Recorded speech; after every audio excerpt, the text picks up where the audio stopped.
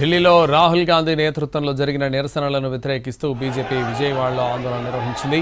BJP కార్యకర్తలు కాంగ్రెస్ కార్యాలయం ముట్టడికి యత్నించడం ఉద్రిక్తతలకు దారితీసింది.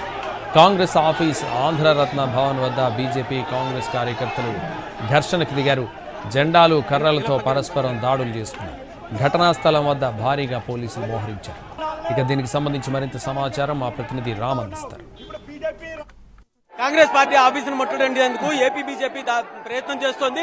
ఇదే నేపథ్యంలో మనం చూడొచ్చు, మొత్తం బీజేపీ శ్రేణులంతా కూడా కాంగ్రెస్ పార్టీ ఆఫీస్కి వచ్చేందుకు ప్రయత్నం చేస్తున్నారు. ఇటువంటి పరిస్థితుల్లో అదే ఇక్కడ చూడొచ్చు, కాంగ్రెస్ ఆఫీస్ దగ్గర ఏంటి పరిస్థితి, వీళ్ళు చూసి రాహుల్ గాంధీ నిరసనలను వ్యతిరేకిస్తున్నారు. రాహుల్ గాంధీ లక్షలాది మంది విద్యార్థుల పక్షాన ఈ ఉద్యమం చేస్తా ఉంటే రాష్ట్ర అధ్యక్షుడు మాధవ్ నాయకత్వంలో ఈరోజు పిసిసి ఆఫీస్ మీద దాడి చేయడం, యువజన కాంగ్రెస్ కార్యకర్తల మీద దాడి చేయడాన్ని తీవ్రంగా ఖండిస్తా ఉన్నాం. రాబోయే రోజుల్లో రాహుల్ గాంధీ గారు ఈ దేశానికి మరి యువకులను నడిపించే నాయకుడు అవుతాడు. అది పరిస్థితి. రాహుల్ గాంధీ నిరసనలకు వ్యతిరేకంగా బీజేపీ ఇప్పుడు ముట్టడికి ప్రయత్నించింది. ఇది దుర్మార్గం. ఒక పార్టీ ఆఫీస్ మీద మరో పార్టీ దాడి చేయడం అనేది ప్రజాస్వామ్యాన్ని కూని చేసినట్టే. ఇంతవరకు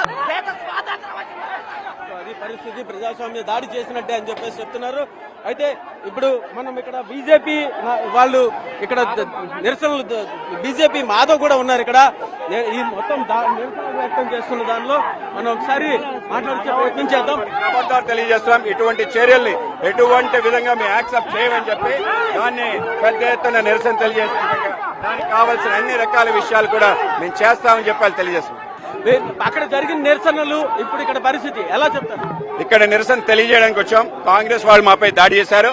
ఆ నాయకులందరినీ కూడా బంధించి మేము నిరసన తెలియజేసి ఇవాళ నిట్కి అలాగే దీనికి ఏమిటి సంబంధం అని అడగడానికి వచ్చాం.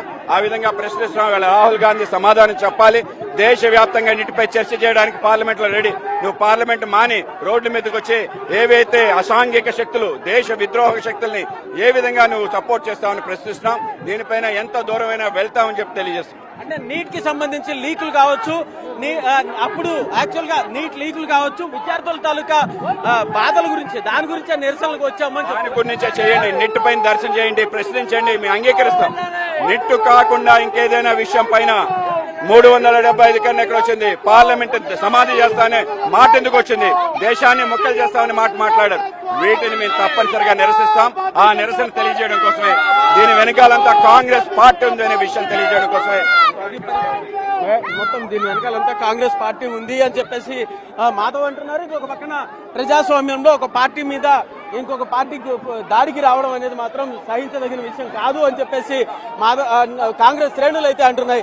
ఏదైనా మొత్తానికి అయితే మాత్రం ఇక్కడ కాంగ్రెస్ బీజేపీ శ్రేణుల మధ్యన, కాంగ్రెస్ శ్రేణులకి బీజేపీ శ్రేణులకి మధ్యన ఒకరి మీద ఒకరు నిరసనలు వ్యక్తం చేసుకుంటూ దాడులు చేసినటువంటి పరిస్థితి అయితే ఉంది. వాటర్ ప్యాకెట్లు విసురుకుంటున్నారు, వాటర్ బాటిల్ విసురుకుంటున్నారు. మొత్తం వాళ్ళని కాంగ్రెస్ శ్రేణులందరినీ కూడా గేట్ల లోపల బంధించి, వాళ్ళు ఎవరినైతే గేట్ల లోపల నిలబెట్టి వాళ్ళ దగ్గర నుంచి వాళ్ళని బయటికి రాకుండా చూస్తున్న పరిస్థితి. చెప్పులు విసురుకుంటున్నారు. చూడొచ్చు మనం విజువల్స్ లో, మాధవ్ మీదకి చెప్పు విసిరినటువంటి పరిస్థితి అయితే ఉంది. అయితే దీని మీద చెప్పులు విసిరి మొత్తం బీజేపీ శ్రేణులంతా వెనక్కి వెళ్లాలని కాంగ్రెస్ శ్రేణులు అంటాం. అలాగే కాంగ్రెస్ శ్రేణులు కాంగ్రెస్ పార్టీ ఆఫీసు మీద దాడి రావడానికి కూడా ప్రజాస్వామ్యంపై దాడి అంటూ కూడా కాంగ్రెస్ నేతలు అయితే అంటున్నటువంటి పరిస్థితి అయితే ఉంది. ఏదైనా మొత్తానికి అయితే మాత్రం చాలా తీవ్ర ఉద్రిక్త పరిస్థితుల మధ్య కాంగ్రెస్ పార్టీ ఆఫీస్ మీదకు బీజేపీ శ్రేణులు దాడి చేసినటువంటి పరిస్థితి అయితే ఉంది. మొత్తానికి అయితే దీన్ని పోలీసులు అడ్డుకునే ప్రయత్నం చేసినా వాళ్ళ వల్ల కుదరని పరిస్థితి. పోలీసులు దీన్ని కంట్రోల్ చేయలేకపోయారని అయితే మాత్రం చాలా క్లియర్ గా అర్థమవుతుంది.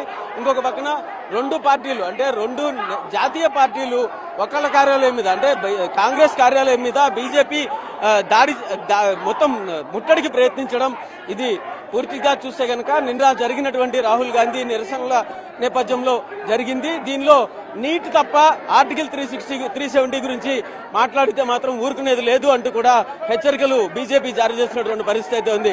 కెమెరా పర్సన్ నానితో రామ్, ఎన్టీవీ, విజయవాడ కాంగ్రెస్ ఆఫీస్ వద్ద నుంచి.